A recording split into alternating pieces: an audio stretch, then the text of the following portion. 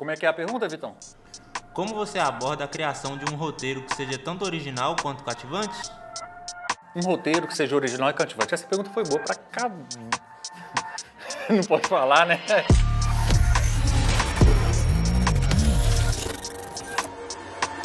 Quando as pessoas pensam em um roteiro original, elas querem pensar em uma coisa inédita.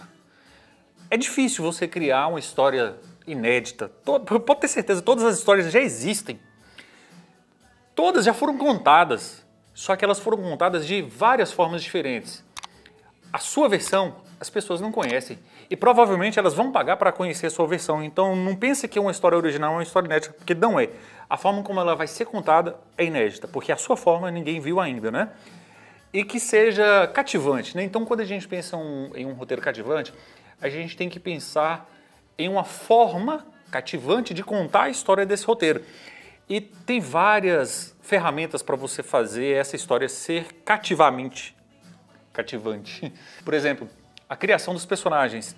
Você tem que criar personagens que sejam cativantes, que cativem emoções distintas.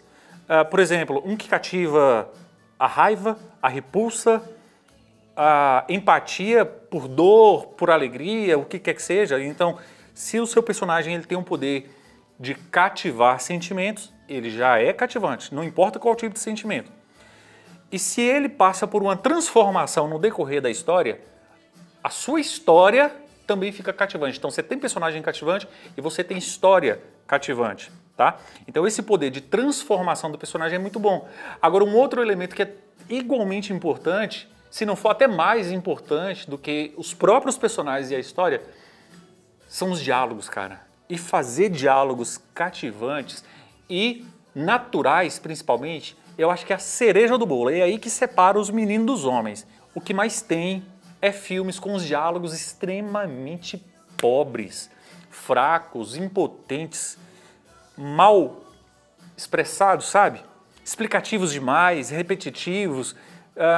Não deixe que o subtexto fale, que o contexto fale e o personagem tem que ficar explicando as coisas inteiras, subestimando inclusive a inteligência do espectador, né?